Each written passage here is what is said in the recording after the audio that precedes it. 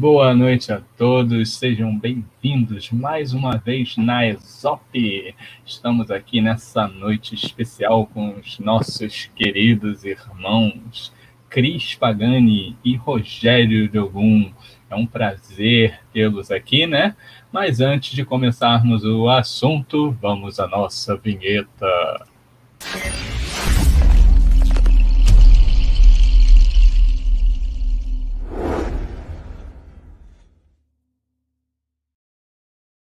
Boa noite a todos, gente. É um prazer estar com vocês aqui novamente, Cris e Rogério.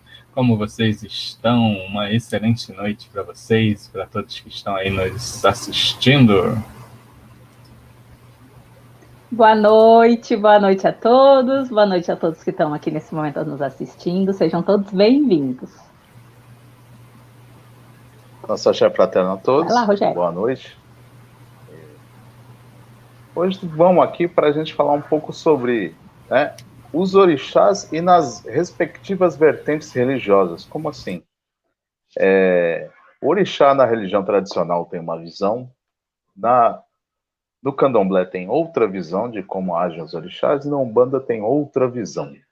Né? Então, às vezes, as pessoas tentam misturar essas visões nos cultos diferentes e acaba dando uma miscelânea doida que a gente não sabe para onde vai. Né? Quando a gente começa a falar orixá, né, não tem como falar em orixá e não falar em África. Né? Não tem, não existe essa associação. Eu não consigo falar em orixá e principalmente falar no quê? No povo iorubá. Né? O povo iorubá, essa cultura iorubá, né, é quem cultua o orixá. Como foi falado na palestra sobre mitologias, né, a mitologia ela está ligada a um povo, a uma etnia. Né? Então, esse povo, né, põe os seus aspectos, as suas virtudes, os seus defeitos naquelas divindades. Então, não tem como um orixá não ser negro. Não existe essa possibilidade. Apesar de alguns autores escreverem que orixá não tem cor, que são energias da natureza, e bababá, e bababá, e bababá. Né? Quando essa energia está sobre essa denominação, essa nomenclatura, orixá, ela é negra. Ela não tem como não ser negra. Tá? O que acontece? Em visões, né, tem visões e visões. Até na África existem algumas divergências sobre como se portam os orixás, como é que são essas energias. Né? Assim, os orixás, quando a gente fala a palavra orixás, na visão iorubá, aqueles seres ancestrais que não são criados na Terra, que são divinos, que vieram para a Terra e ajudar na constituição da mesma. Essa é a visão de orixá. Orixá, então, é um ser divino. Existe outra parte, né, que tem das lendas iorubá, que essas forças, de tempos em tempos, elas resolveram encarnar na Terra como seres humanos, fizeram seus feitos, né, e retornaram ao seu local de origem. Outra estrutura que tem é que seres, pessoas normais, como eu, você, eram devotos de determinado orixá, né, e foram pessoas de um grande destaque, né, ou como guerreiros, ou como governantes, entre outros aspectos. Essas pessoas assumiram um status tão forte que o espírito delas começa a representar o orixá. Quando a gente vai pensar nas questões de incorporação e possessão, essas coisas vão começando a fazer sentido. Por quê? Eu, Rogério, não acredito, e só se alguém me prove por A mais B, que um Deus consegue incorporar numa pessoa. Né? Eu não acredito nessa possibilidade. É uma energia muito forte para o ser humano aguentar. Então, o que acontece? O que nós incorporamos? Esse ser divinizado, humano, esse espírito humano que foi divinizado, tratado como orixá, que é esse ser, sim, esse ser incorpora na gente. Assume os trejeitos do orixá, suas funções, e assim vai desenvolvendo seu trabalho, né? Por exemplo, né, diferenças entre África e Brasil. O orixá africano, ele fala, ele abre o olho, ele anda, ele não sabe dançar bonitinho, tá? Ele não tem um ritmo próprio, né? O orixá no culto afro-brasileiro, não, ele dança, né? Ele é ensinado a dançar, na verdade, ele dança de uma forma. Ele não tem permissão de falar em algumas casas, em outras sim.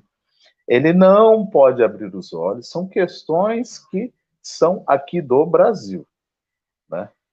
Aí quando a gente passa, por exemplo, para a parte de Umbanda, isso aí já vai mudar mais um pouco. Por quê? Porque os seres que assumem a nomenclatura orixá são seres ancestrais brasileiros, seres encantados. Essas energias, em dado momento, eles assumiram a representação do orixá, assim como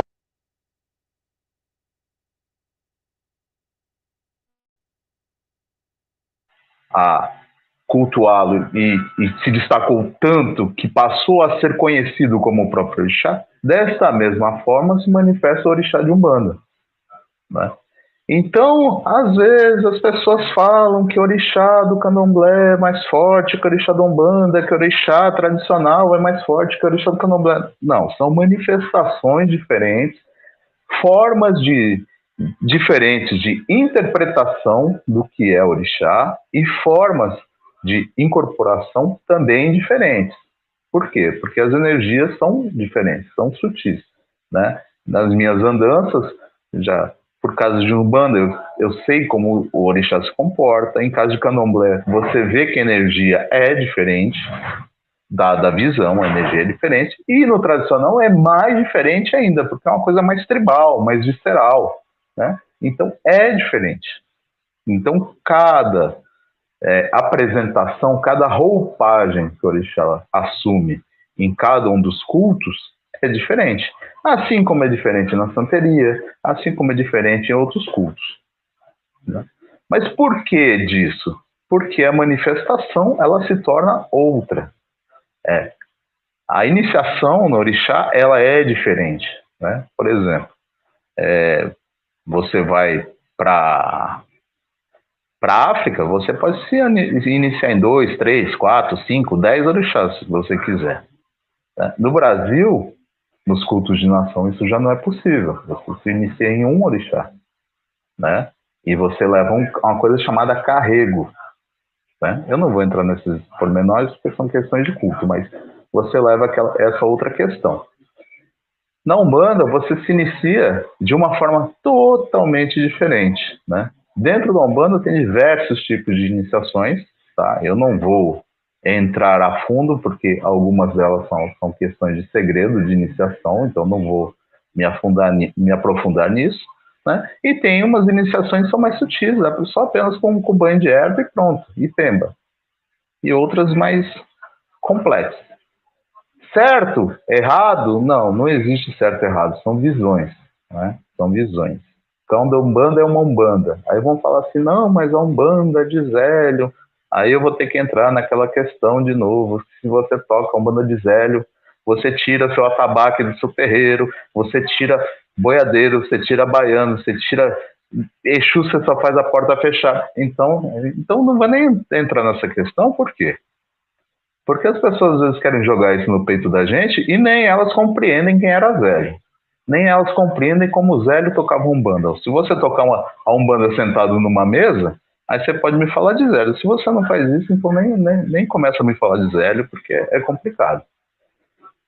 Como eu já falei em outra palestra, né, os cultos de Umbanda vêm de diversas fontes. Tudo tem o mesmo nome, mas os cultos são diferentes. Então as visões também são diferentes, né? Então imagina, em uma religião eu estou falando de várias visões.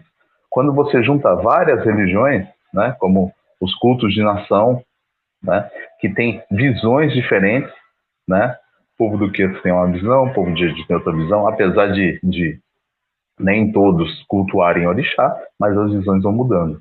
E às vezes tem visões que são mistas, né?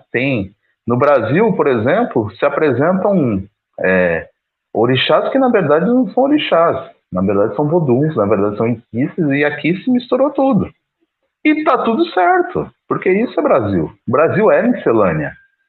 Não é bagunça, mas é miscelânea. Por quê? Porque a gente tem a gente é uma verdadeira centrífuga cultural, né? A gente juntou várias questões aí culturais, principalmente as africanas, vieram várias etnias. Uma senzala era composta de escravos de diversas etnias, de um modo proposital. Para quê? Para que eles não se entendessem entre eles, né? Assim, os senhores de engenho tinham mais poder sobre o povo escravizado, né? Isso já era feito propositalmente.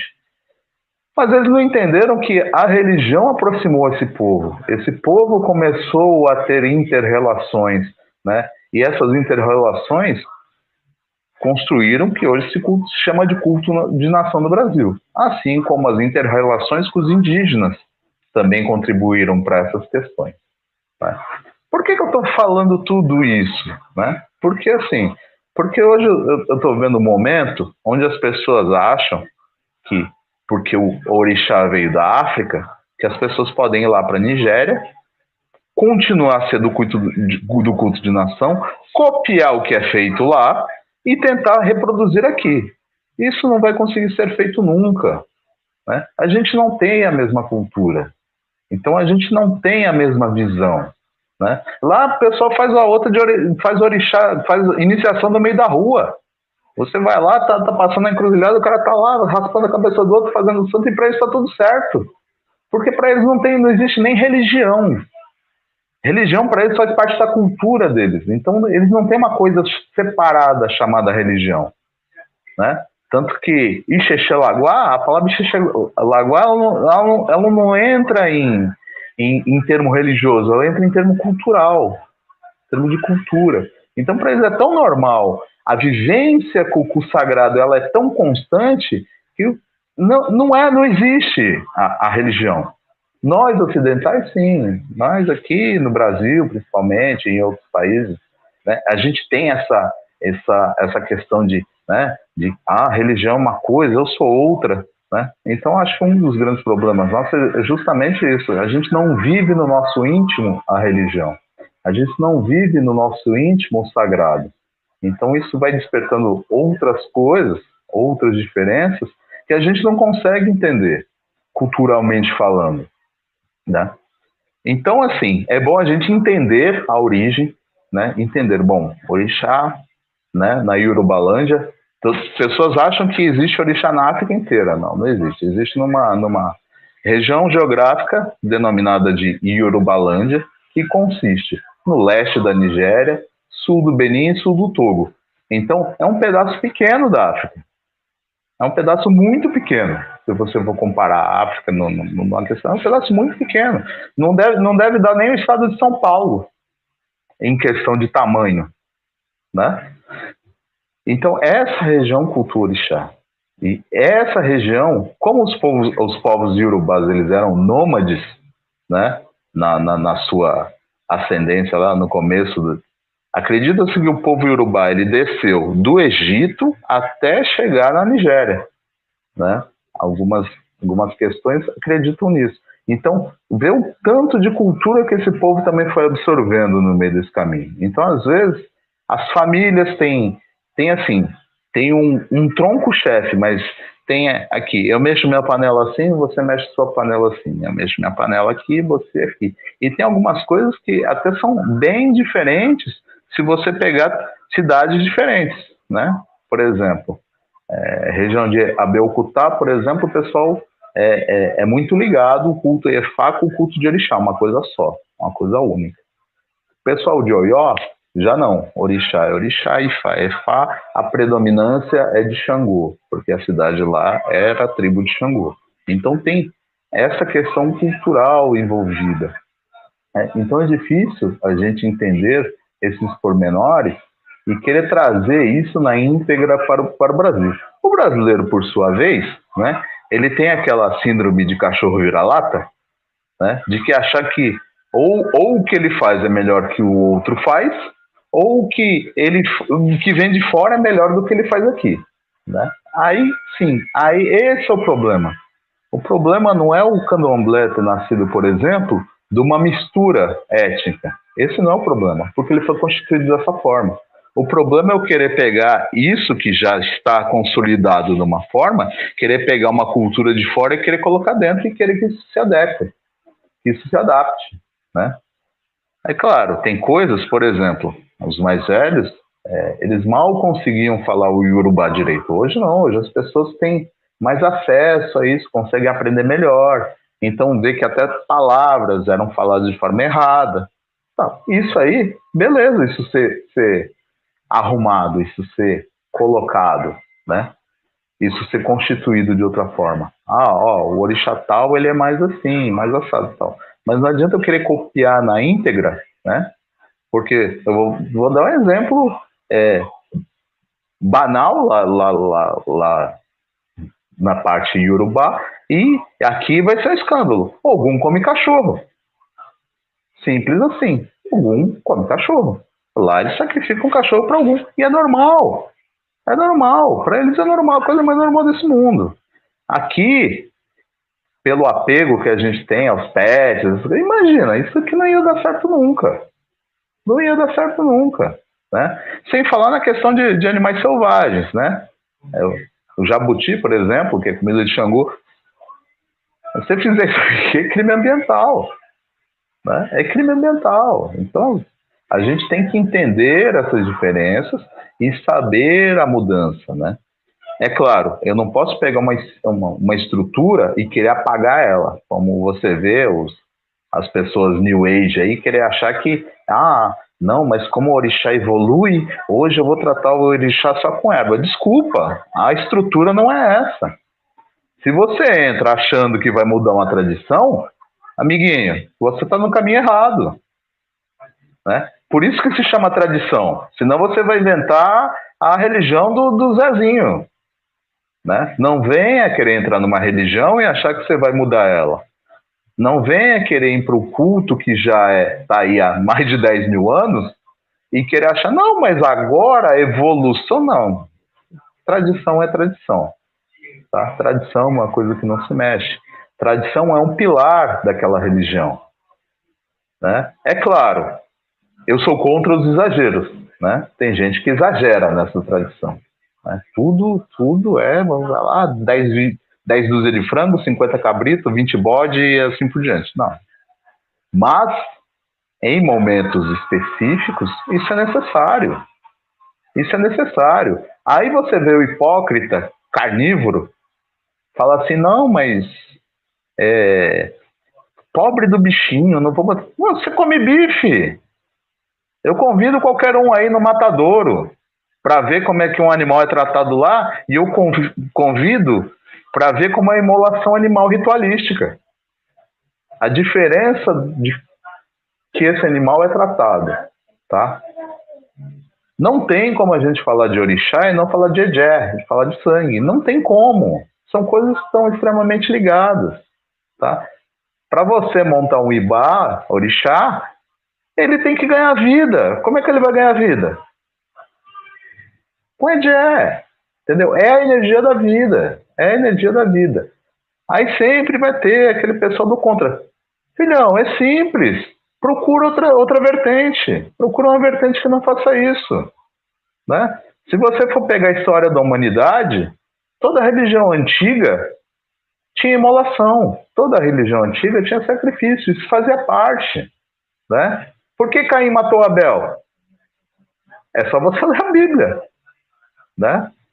Não, mas não é pela questão de Abel ter sacrificado um animal e Caim ter dado oferenda de cereais. Não foi isso. A questão foi que Abel pegou o seu melhor e deu, e Caim pegou o resto e deu. Essa é a questão. Essa é a questão.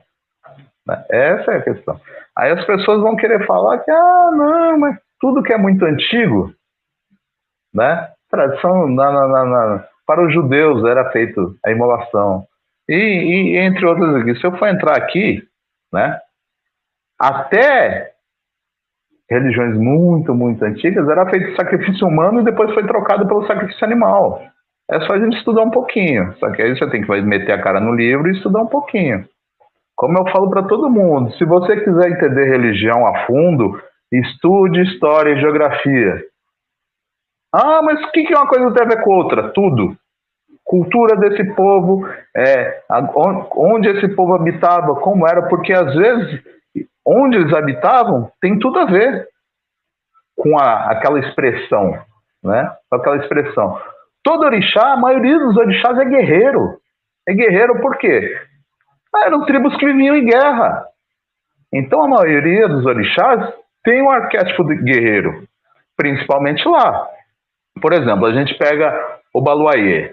O Baluayê, aqui, ele veste palha e tal, né? Ele tem um aspecto mais ligado com essa parte da saúde, da doença, da morte. Na África, não. Na África, ele é um guerreiro. Ele se veste de forma vermelha, ele se veste vermelho, ele usa lança. É outra visão. É outra visão.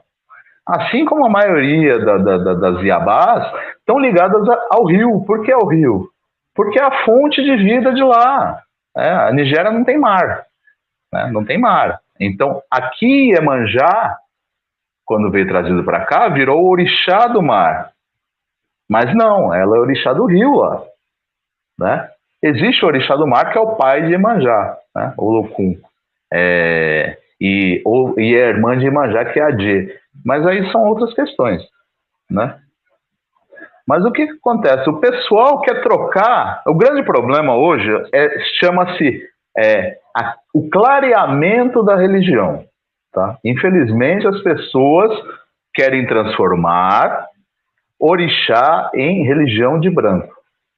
Querem que o orixá seja branco, querem que o orixá se porte como branco e quer que o orixá pense como branco. Isso não vai acontecer nunca.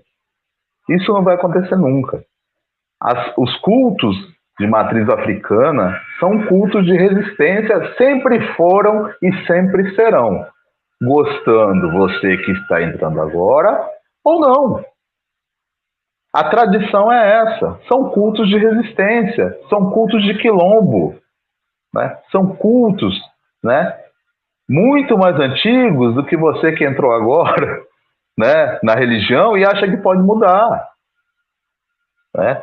É claro, o mundo ele vai se adaptando a certas coisas. A religião também vai se adaptando a certas coisas. Só que tem um ponto onde eu não posso ultrapassar. Eu não posso dizer que o orixá é um ser que veio de não sei da onde e botar ele aqui e que eu misturo com ele ali. Aí crio qualidade de orixá que não existe em lugar nenhum. Crio orixás que veio do nada. Desculpa. Pombagira não é orixá. Agô, minhas velhas. Eu respeito muito a entidade Pombagira. Só que não é orixá. Pombagira é Pombagira. Exumirim não é orixá. Reiki não é orixá. E o pessoal está inventando coisas aí que destoa, né? Até ofende a tradição. Por quê? Porque é pura inicianice, gente. Bom, quem pratica reiki sabe que reiki é uma coisa, uma energia que não está né? Principalmente o reiki Uzui está ligado lá ao Japão. O que o reiki Uzui tem a ver com orixá, gente? Me explica. Ah, mas que energia? Que energia não tem forma, eu sei. Eu já falei sobre isso. Né? Odin é o deus da guerra, Gogum é o deus da guerra, né? Ares é o deus da guerra. Eu sei disso, eu sei que energia ela está transitando entre os povos. Mas nem por isso eu vou falar e falar assim, hoje em diante eu vou cultuar Odin, ele vai ser negão. Meu Odin é o seguinte, meu Odin vai ser negão, vai usar cabelo rasta e vai ter os dois olhos. Não gostei dele com olho só, não. Eu vou ter coisa. Melhor, eu vou botar 3 olhos no meu Odin. Que meu Odin vai ser mais cabuloso, que ele vai enxergar mais que os outros. Então, gente, isso aí eu estou destruindo uma cultura. Eu não posso fazer isso. Eu não tenho gabarito para isso, gente. Pelo amor de Deus. Tá? Então, o que acontece? Então, as visões vão mudando de acordo com a religião, mais a menos a menos. Tá, gente? Eu não estou, por exemplo, criticando a Umbanda que não usa sangue, tá? Não é isso. Não é isso. Eles têm a prática deles e a prática deles funciona, tá? A minha prática exige isso. Então é diferente, tá? Então não estou falando que a prática dos outros não presta, não é isso, né? Só que eu não posso querer que essas pessoas mudem a minha visão, mudem uma cultura toda, né? E isso que eu não posso admitir, porque isso é inadmitível, entendeu? É inadmitível. Por exemplo, né? As pessoas, elas querem, gostam tanto.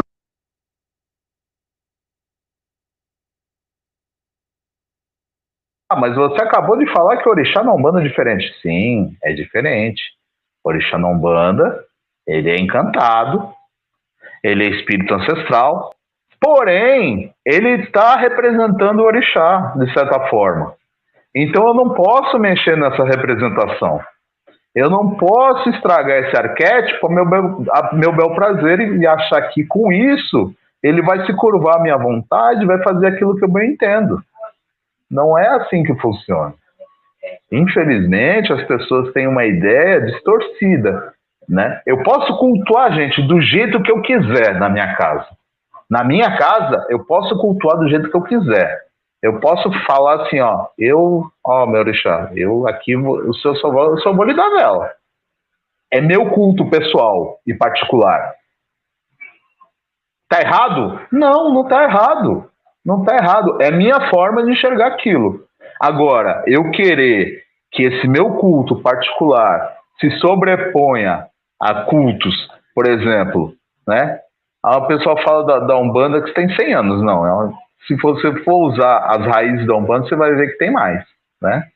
Então aí, você vai botar aí 300 anos os cultos de Umbanda e Candomblé, no mínimo, e 10 mil anos de cultura, né, Yorubá, e vou achar que eu que tô certo, que chega agora, tô sentando na janelinha, nunca pelei a cabeça, não sei nem de onde vem o orixá, e enxergo de uma forma, não, que eu tive uma psicografia.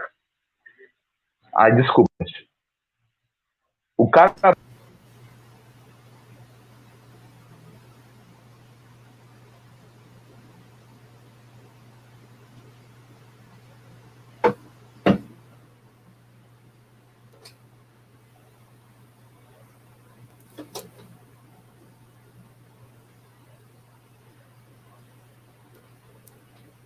Ai, caramba. Deu tilt aqui.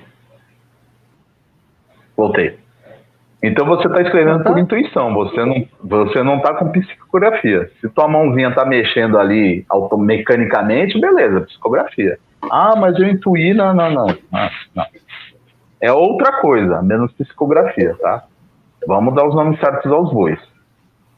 Beleza, né? Eu tive uma inspiração e escrevi o negócio lá, né? Aí o meu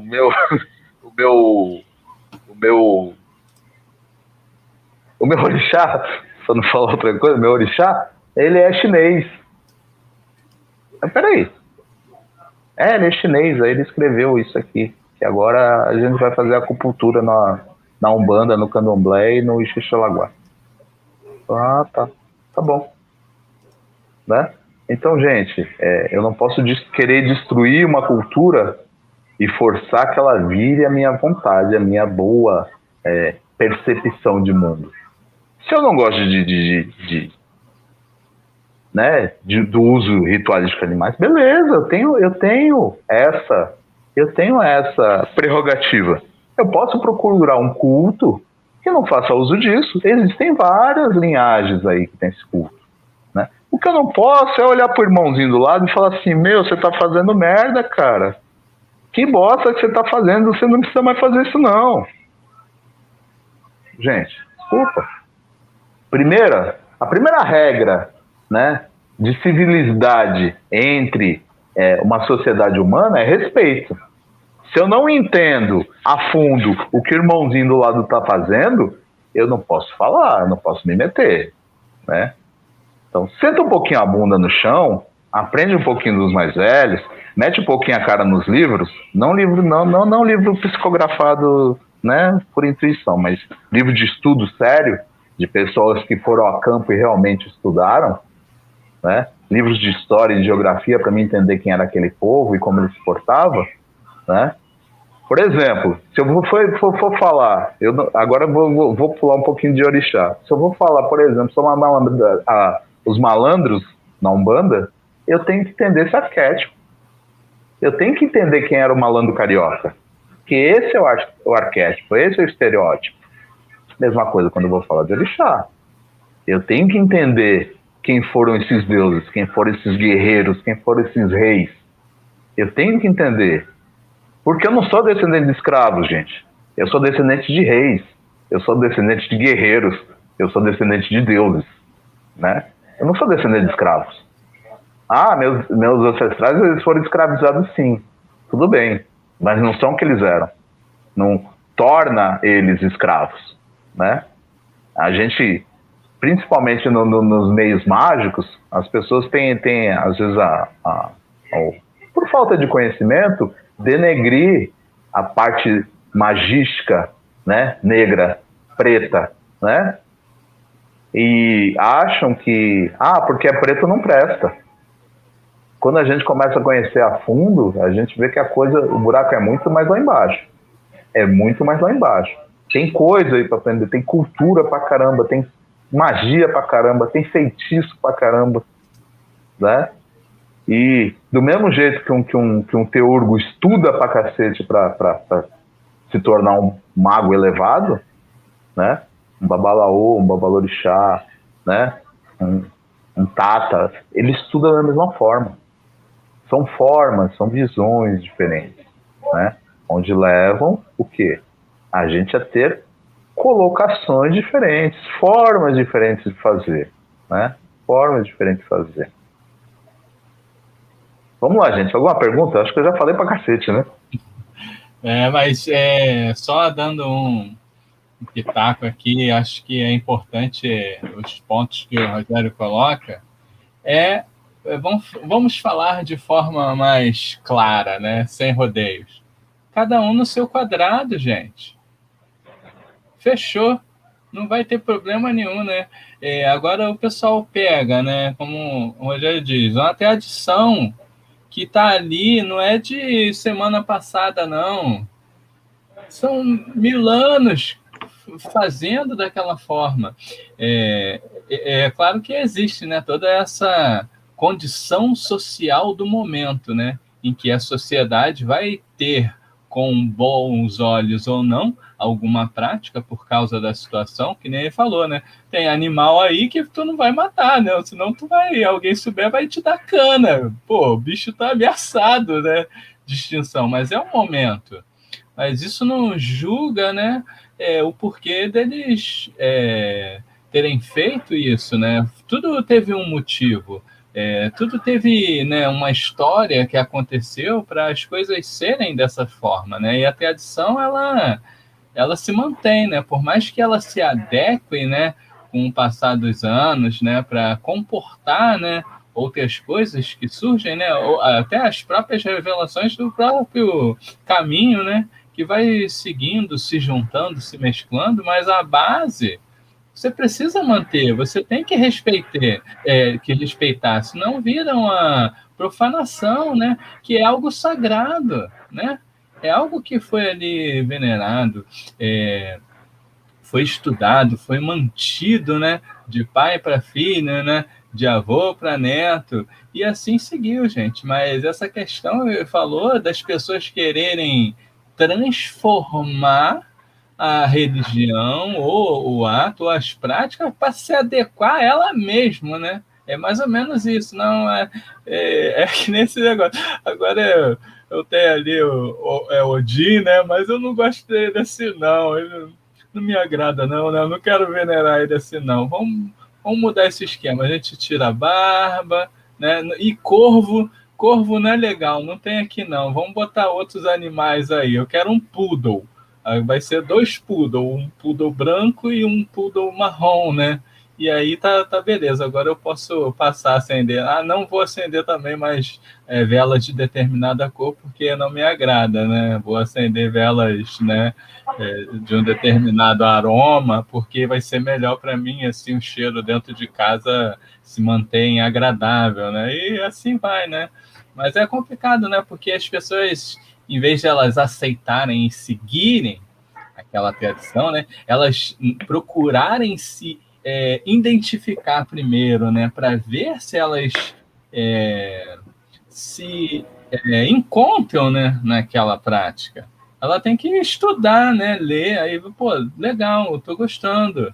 Eu acho que é isso daqui que eu quero fazer, eu tô me sentindo bem, né? Aqui. A pessoa vai e faz, né? Não sei, eu quero que isso daqui seja diferente, né? Não existe isso, né? Ou ela faz do jeito que tem que ser feito, ou então ela procura outra coisa para fazer. Antes de passar a palavra para a Cris, eu quero dar boa. Deixa eu pegar um gancho, deixa eu pegar só um gancho no que tu falou aqui, ó. Porque é muito importante isso. Isso que o Octo falou é uma coisa de extrema importância. As pessoas, elas se encantam por uma coisa, brasileiro é assim, e quer já ir fazendo, já quer ir se iniciando. Gente, sente um pouquinho, né? Pelo menos uns 6 meses. Frequente, olhe, observe, converse, né? Seja candomblé, seja umbanda, seja Ixexelaguá, seja qualquer outra religião afro.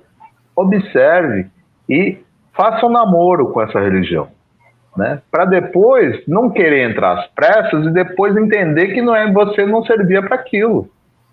Que você não era daquela linhagem. Aquilo ali, na verdade, está te fazendo mal. Por quê? Porque a sua energia não está batendo com aquela egrégora ali. Né? Acontece isso. Acontece. Então, se dê tempo para poder conhecer, se dê tempo para poder entender e sentir se você realmente quer entrar naquele meio ali. Né? Porque é muito mais justo você ver que você não dá para a tradição do que depois você querer mudar a tradição porque você não se adaptou a ela. Né? Isso é muito mais sincero. Né? O problema do brasileiro às vezes é esse. Ele fala, não, então eu vou me iniciar nisso, eu vou me iniciar naquilo, eu vou me iniciar naquilo outro. E a pessoa não procura nem saber o que é. Então tente estudar, faça um tempo de namoro, para você entender, né? Para você entender se realmente você quer pisar ali mesmo. E esse negócio é interessante, até falando isso, o meu antigo mestre, né, lá de artes marciais, de Kung Fu, ele contando a história dele, né, que ele estava um pouco assim no início, que ele começou a mexer com as práticas espirituais, aí ele estava desesperado, aí ele foi num centro, né, pedir ajuda, indicação e mandaram ele embora. Foi aí que ele se identificou com a linha Oriente, que o próprio, né, incorporado falou, ô meu filho, isso aqui não é para você não, essa casa aqui não é para tu não, vai lá seguir a linha do Oriente, que aquele lá é o teu caminho, e mandou embora. Ele tá lá e disse na lata, e aí o cara tá até hoje, pratica lá budismo, né, vietnamita, e se encontrou. Ele estava perdido. Ele ainda deu sorte, né? Que avisaram. Pô, sim. Mete o pé. Não é aquilo. Deu sorte de pegar uma entidade realmente bem incorporada, né? E falar a verdade para ele. Falar, essa linha aqui não dá pra não. Abriu o verbo e soltou. E o cara tá feliz. Olha, e não é todo mundo que tem oportunidade, não. Eu já mandei conhecidos meus ir pra igreja. Eu falo, vai pra igreja. Ah, pra que igreja eu vou? Vai pra aquela que te tranca mais, porque você precisa de cabresto. Você precisa disso. Minha religião, ela me dá muita liberdade, mas ela me cobra muito por isso. Você não pode ter essa liberdade, você precisa de cabresto. Então, cara, não é. Você tem que se entender primeiro. O problema das pessoas com a religião é que elas não querem nem tentar se entender, aí depois querem tentar entender o sagrado da forma deturpada delas. Desculpa, gente. Tem gente que precisa de remedinho. Tem gente que fala umas coisas aí que precisa de remedinho. Precisa, pelo menos 3 vezes por dia. Porque fala umas coisas que você olha e fala misericórdia, né? Para não falar outra coisa. Vamos aqui dar boa noite para a galera. Boa noite, Trívia, Leide Cacau, Andressa, Gisele, Sérgio Santos, nosso querido Digo Terrucci, tá aí, Gil Santos, a Nádia, Gisele, já falei, Valnice, Marcelo Soelo, nosso querido Marcelo, que estava ontem com a gente aí, muito obrigado por estar aí, ó, nos prestigiando, é uma honra, nosso querido mestre, Aline Canoblac Batista, oi Aline, boa noite, está aí, ontem estava com a gente também, e a Bruna Sevilha, muito obrigado a todos que estão aí, agora a palavra com nossa querida Cris. Cris, você está aí ansiosa, vai, descasca o Rogério, ele está precisando das perguntas, mostra para ele, já chegou botando fogo aí no parquinho, ele está por conta de risco dele. O pessoal vai chegar em cima, sabendo. E eu vou ajudar. Eu vou ajudar. Então, assim, Rogério, a minha primeira pergunta, tá? É muito simples.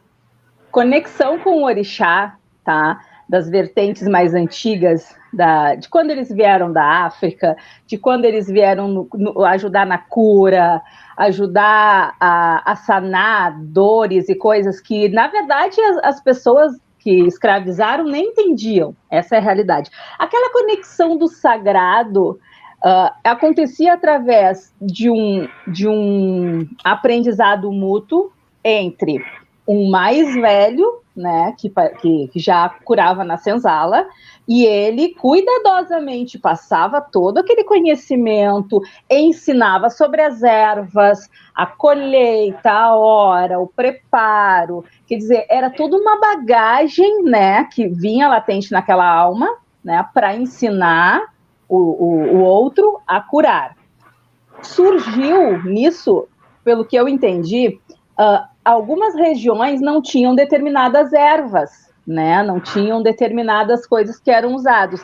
Aí, se foi adaptado, é aí que entra uma adaptação, eles usam algo parecido com aquela potência, né, de cura para substituir, aí se muda algumas tradições, e aí é correto ou não? Eu não entendi direito a ideia. Bom, a gente tem que entender primeiro uma coisa, né? O negro que ele veio escravizado para o Brasil, ele não era velho. Por que eu quero dizer isso? Quer dizer que o conhecimento dele já era limitado até um certo ponto, né? Por quê? Porque ninguém queria um escravo velho, né? Então vinha, né, na faixa dos 20 anos, 15 anos, mesmo porque a vida do escravizado ela não era longa. Né? Então eles vinham nessa faixa de 18, 20 anos para cá. Ou seja, alguns trouxeram conhecimento, mas não trouxeram conhecimento completo.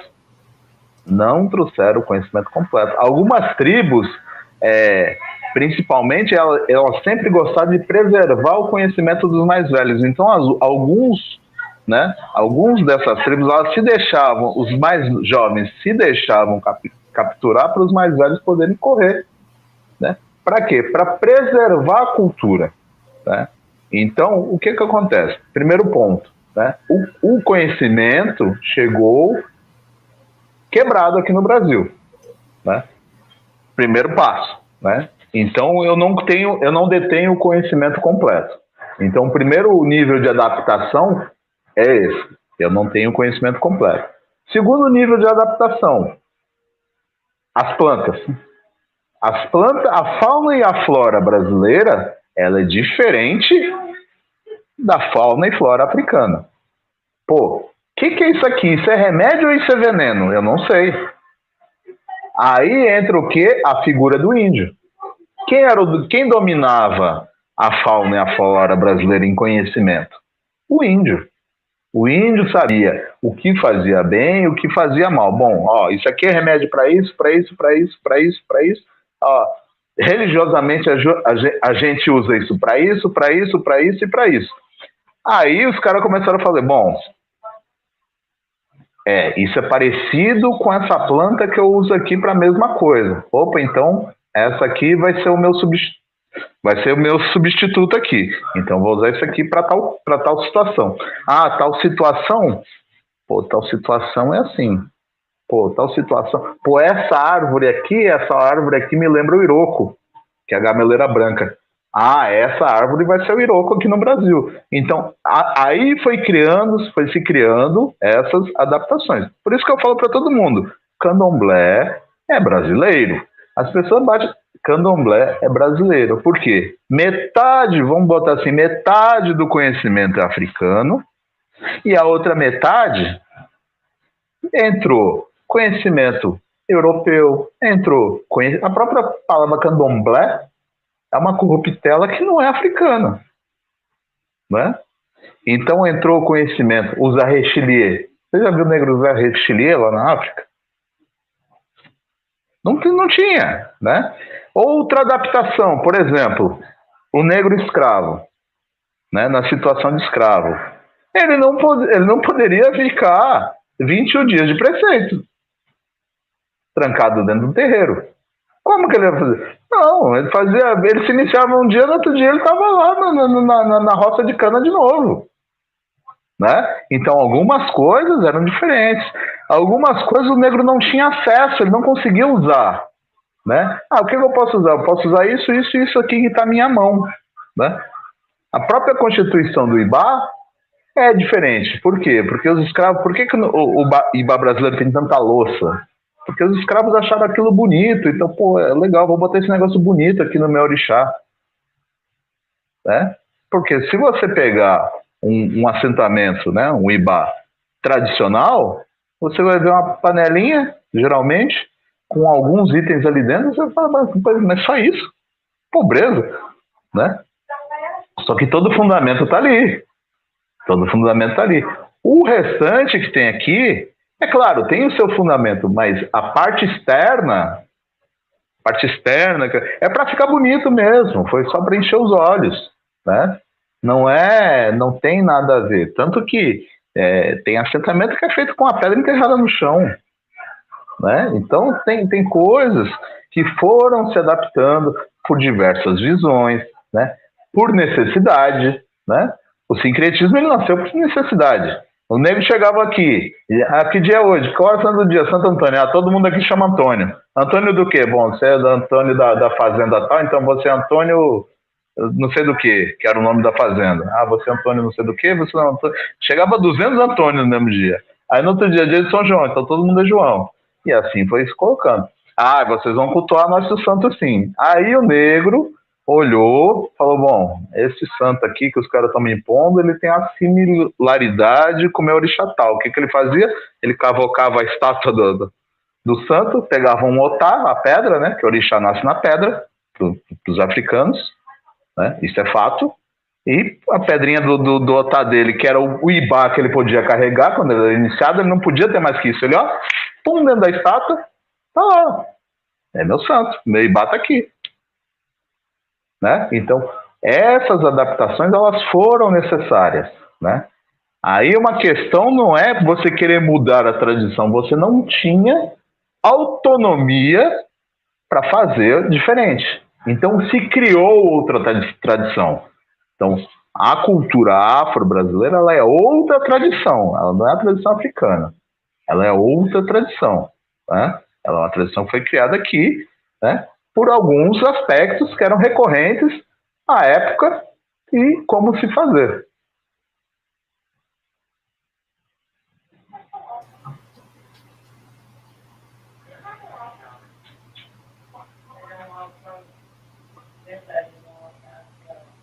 Continua eu ou Actor ou vai você? Fique à vontade, Rogério. Fica à vontade. Sua jurisdição. Então vou para mais uma pergunta. Eu queria saber, Rogério, quando que o nosso Obaluayê, no caso eu digo nosso, porque nós conhecemos ele assim culturalmente, né? Ele se tornou uma pessoa, no caso uma imagem coberta com palhas, né? Quando ele se tornou, por que se tornou essa imagem assim como a gente sabe que a Iemanjá se tornou um orixá do mar, porque ela veio através, né, dos navios, então ela atravessou, então a gente tem essa cultura de cultuar ela como um orixá do mar, né? E quando ele deixou de ser, né? E por que ele não poderia ser o guerreiro? Porque a dificuldade, né? Foi de adaptação, foi de não poder cultuar, né? O que a gente pode entender do nosso Obaluayê para o Obaluayê, né? O orixá, né? O guerreiro, aquele arquétipo de segurança, de enfrentar, de batalhar. Quando mudou, por que mudou? Como que a gente pode entender um pouquinho isso? Quando a gente fala de sincretismo, a gente sofreu aqui uma aglutinação de orixás. Ou seja, existe um número muito maior na África e aqui um número muito menor. Então, o que acontece? Alguns orixás eles foram se aglutinando e pegando características de outros, né? O nosso Obaluayê, na verdade, ele é fundido com o Chapanã, que é o orixá da varíola. Então, ele virou uma figura só. Então, tanto que Obaluayê, Chapanã e Omulu, no Brasil, ninguém sabe onde termina um e onde começa o outro. Né? Ninguém sabe onde termina um, onde começa o outro. Em África, por exemplo, em algumas vertentes, algumas famílias, Omulu é uma mulher. Entendeu? Então, o que acontece? Essa aglutinação deu características, às vezes, até próprias para os nossos orixás. Né? Então, tem algumas contrações, né? Orixás que não são orixás, que na verdade são voduns, né? Entre outras coisas. Né? Por exemplo, a presença do orixá chamado Ogum Choroquê no Brasil, ela é muito forte. Ela é muito forte. Na África isso não existe. Né? Na África não existe Ogum Choroquê. O que existe? Existe o Vodun Choroquê, que é do povo Djed. Vodun Choroquê. Então, esse cara tem um aspecto que é parecido, é meio parecido com o aspecto de Ogum e meio parecido com o aspecto de Exu. É tipo uma fusão de dois aspectos, a personalidade dele. Ele é o quê? Ele é responsável pela guarda dos terreiros Djed. É o cara que fica lá na frente lá, é o porteiro do terreiro. Só entra se o cara quiser, se não entra. E é um orixá um vodum extremamente agressivo. Então o pessoal foi criando, foi botando essas particularidades e acabaram criando-se, né? Por exemplo, os caminhos de orixá. Isso não existe em África. Isso só existe aqui. Caminhos, né? As qualidades.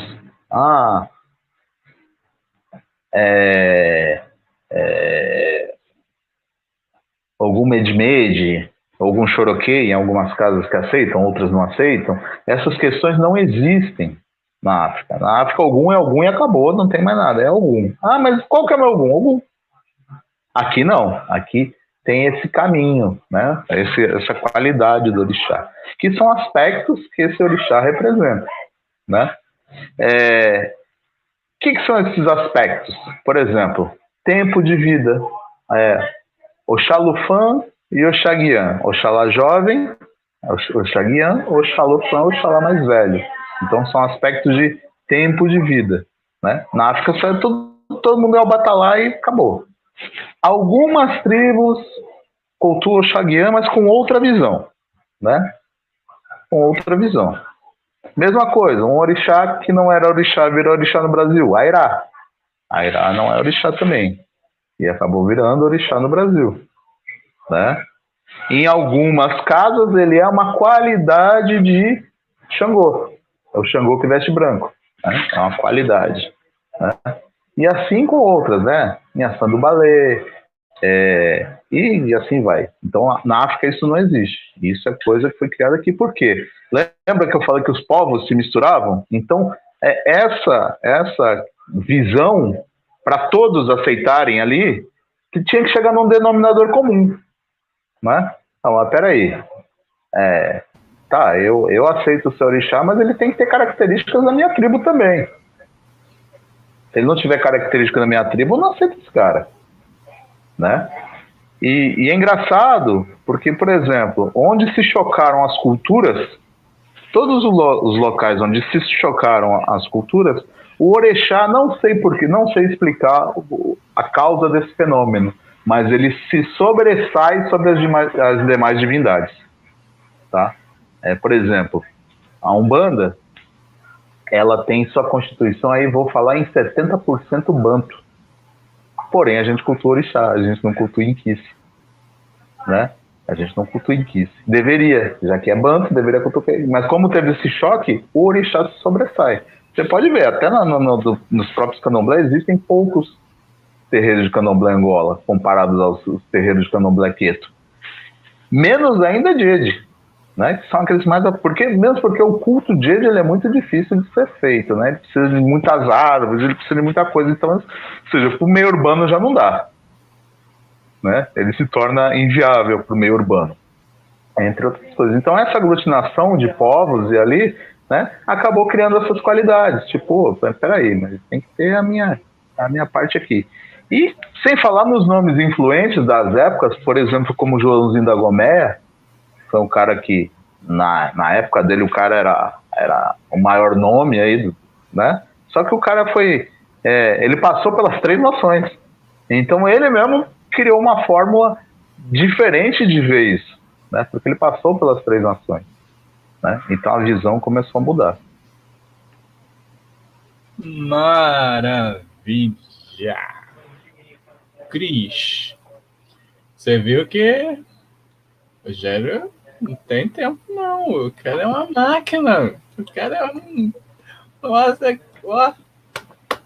Gratidão de termos. Maravilhoso! Rogério. Eu vou puxar aqui para uma pergunta aqui dos nossos queridos que estão nos vendo.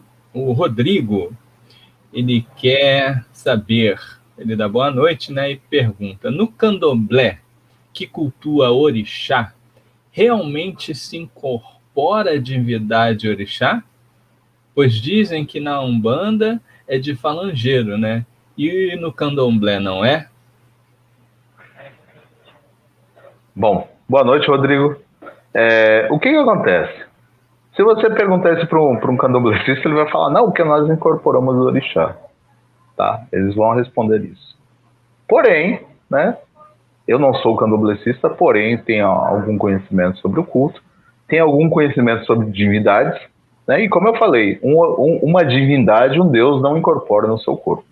Né? Você vai ter o que ali? Né? Um ancestral que tem o grau ali equiparativo ali para poder estar representando essa entidade, esse orixá, e estar se atrelando ao seu corpo ali. Por quê? Se você pegar outros estudiosos aí, você vai ver que ninguém incorporou Deus em época nenhuma, em lugar nenhum. Né? Sempre foram espíritos humanizados que faziam essa ponte. Tem um amigo meu que é amigo de muitos anos, ele fala, cara, o negócio é o seguinte, eu comecei na Umbanda, a energia que eu senti era uma, passei pro candomblé, hoje sou candomblessista, tal, né? E a energia que eu sinto é a mesma. Se adaptou o quê? Aos trejeitos que ele tem que se portar no culto de nação, que são diferentes, né? Por exemplo, orixá não fuma, orixá não bebe, né? Orixá tem que ter olho fechado, orixá quase não fala. Então ele se adaptou, só que ele falou assim, a energia que eu sinto é a mesma, cara. O pessoal fala porque nunca pisou em outro lugar, então nunca sentiu outra energia. Ou melhor, nunca soube que a energia não muda. Né? Então, as pessoas às vezes... Lembra da síndrome de vira-lata? Às vezes a síndrome de vira-lata ela tem que ser ao contrário. Eu tenho que mostrar que eu sou melhor que o coleguinha do lado, o amiguinho do lado. Ah, não, o amiguinho do lado ali, ele recebe espírito. Pé de chinelo. Eu não, eu recebo Deus. E não é assim que funciona, tá? Os candomblessistas vão me perdoar. E se alguém conseguir me fundamentar e me provar por A mais B que o que eu estou falando é besteira, estou disposto a ouvi-los e a gente debater sobre o assunto. Maravilha! Bom, estamos nos aproximando da nossa reta final, infelizmente, porque a hora passa muito rápido quando o assunto está bom. Isso é fato, já foi provado. Queria aproveitar aí, né? Deixei aí nos comentários, vocês que estão chegando aqui pela primeira vez, no caso aqui também da Gisele Gonzalez. Gisele, se você quiser, aí no primeiro comentário tem o link do nosso grupo do WhatsApp, onde você pode entrar lá e pedir toda essa ajuda no material didático inicial para você que quer, né, aprender. Você entra lá, que temos grandes alunos, excelentes professores, muitos mestres que vão estar dispostos a repassar aí uma excelente bibliografia. Nossa, quase que não sai. Quase que não sai. Para você aprender aí, ó, e tirar suas dúvidas.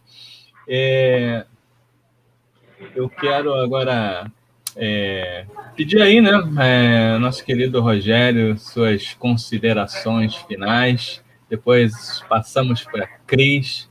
E a gente, né, infelizmente, vai ter que fazer o quê? Rogério, com você. Bom, gente, o que eu tenho a dizer é o seguinte: não existe verdade absoluta, não existe verdade suprema. Só que a minha verdade, aquilo que eu enxergo como verdade, é pautado em estudo e vivência, né?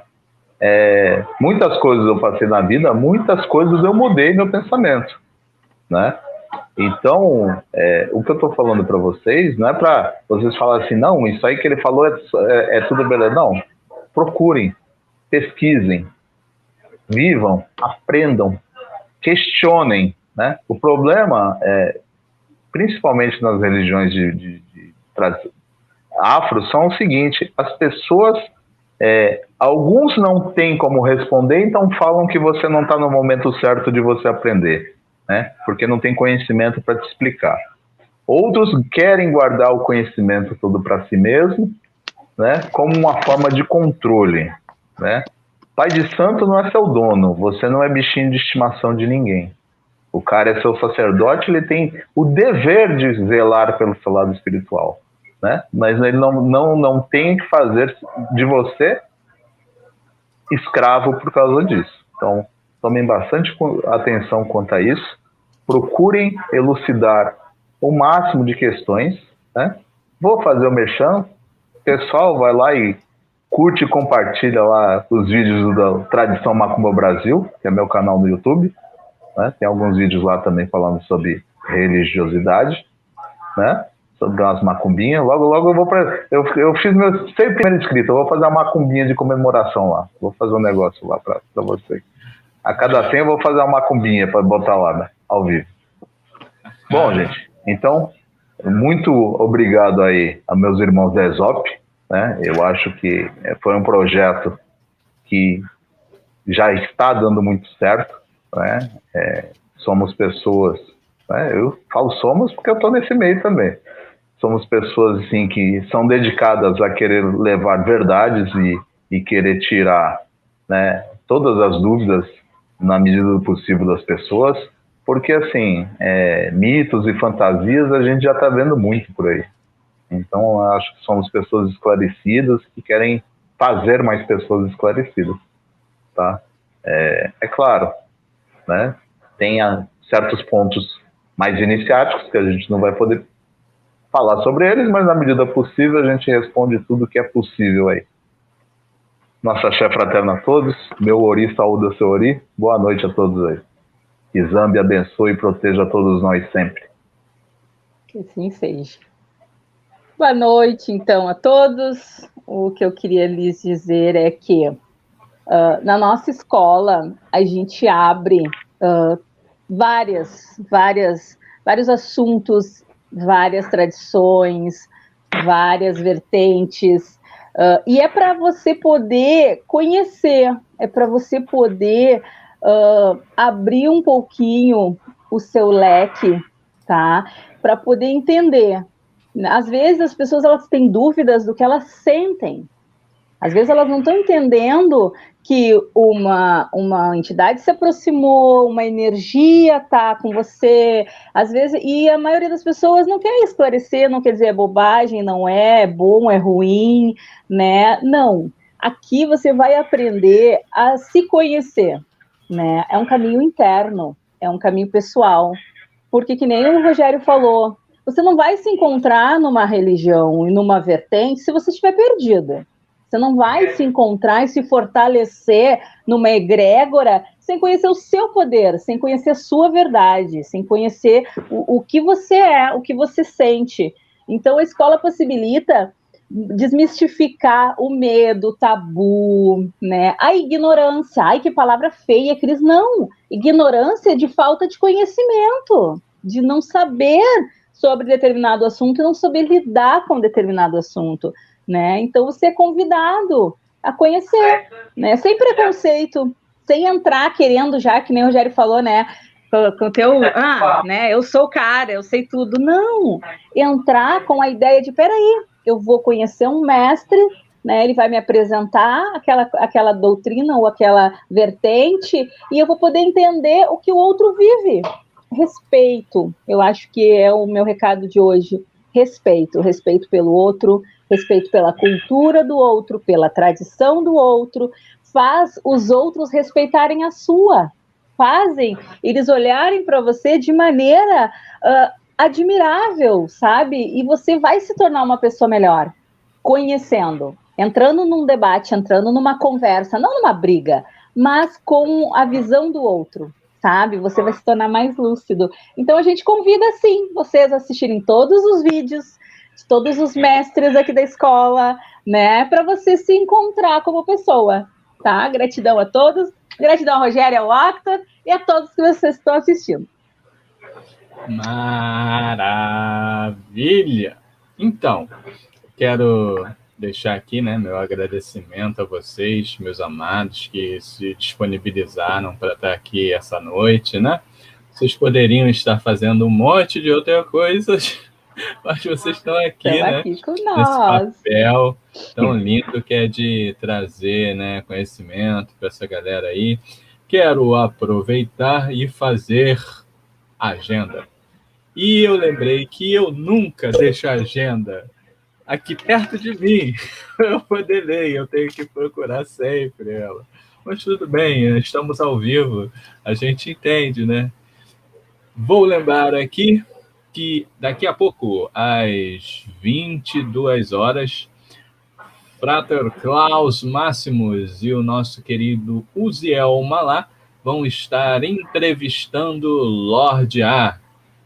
Às 22 horas, vão falar sobre vampirismo e o verdadeiro vampirismo. Vocês aí, ó, que querem saber aí, ó, dessas práticas vampirescas, não podem perder, daqui a pouco eles vão estar aí presentes. E depois, só passando o carnaval, né? Que nós não temos a mínima ideia de como vai ser esse carnaval esse ano, né? Mas a data está aí, o que importa é o sentimento, né? Depois do carnaval vai ter muito mais e a gente vai compartilhar aí com vocês. Agora, sobre os ensinamentos, além de vocês aprenderem aí, ó, nos vídeos, a ESOP também oferece cursos aí, né? Por valores acessíveis para todos vocês. A gente está em andamento com o curso do Futar Caos, mas, né? A gente vai voltar com ele depois. Você que não pôde participar, né, dessa magia do caos com os poderes nórdicos, não fique triste, a gente vai voltar. Mas agora, dia 22, a gente vai começar aí, ó, uma nova oportunidade para vocês. Magia egípcia e quemetismo. Começa dia 22. Está aí a imagem para vocês verem, né? Vocês vão adentrar dentro do círculo faraônico, as pirâmides de Quero. Então, fica aí. Desculpa, Cris. Eu não sabia que ia... Não, tá tudo certo. Sem problema eu vou fazer nenhum. umas artes maiores para tampar todo mundo. Foi uma falta de respeito. Não, capaz. Perdão. Vou tapar de novo, porque faz parte, ó. E, gente, Tapa, bota lá, bota para o pessoal ver. Vocês que querem aí se introduzir dentro da teurgia cabalística, o trabalho com os anjos, se você, né, quer entender um pouco mais, aprender, né, se iniciar, vai ser um curso maravilhoso de duração de 1 mês. Ambos serão 1 mês. E esse vai ser com o nosso querido Uziel Malá. Então, fiquem ligados. Entrem aí, ó. Tá aí no chat. Todo mundo. Tem o link aí do nosso grupo do WhatsApp, né? Vou deixar aí, vocês entrem lá e conversem com a gente, perguntem tudo, e vocês vão ficar a par, né, de tudo que está acontecendo aí na escola. Então, vamos fechar por aqui. Eu quero agradecer mais uma vez a presença de todos, gente. Gratidão. É muito bom ter vocês aqui, né? Vocês que estão nos assistindo, né? Se inscrevam, deixem aí o sininho com as notificações, porque daqui a pouco já vai ter mais live, hein? E toda semana a gente está trazendo aí coisa nova para vocês, né? Com os nossos queridos irmãos, nossos mestres. Rogério, de novo, muito obrigado, meu caro. Você é uma pessoa... Eu que agradeço. Sensacional. Gostamos muito de você. Você é nosso irmãozão. Cris. Oi, Cris. É muito bom ter você. Pessoal, olha só, último recado. Vão lá e curtam a página Macumba Brasil. Agora ela é Tradição Macumba Brasil. Então, pô, aqui, vamos lá, né? É bacana, é legal. Aqui. E o nosso Rogério merece. Vamos lá. Obrigado. E vocês têm que ir lá. E ó, já está prometido. Vocês que gostam aí de fazer a macumbinha, quando tiver lá mais 100, vai ter macumbinha para vocês. Vocês querem isso, né? Vocês não querem estudar, vocês querem aprender, né? Facinho ali. Mas o Rogério vai abrir uma exceção, que é um momento comemorativo, né? Um momento de alegria, ter mais inscritos, ele vai dar essa brecha para vocês. Mas não se acostumem, não, né? Tem que ir lá e seguir, e aí ele vai fazer para vocês, tá bom? Gente, uma boa noite, né? Fiquem na paz e não esqueçam que daqui a pouco a gente tem mais aí para vocês. Então, até daqui a pouco. Tchau, tchau, gente. Tchau. Até o próximo vídeo.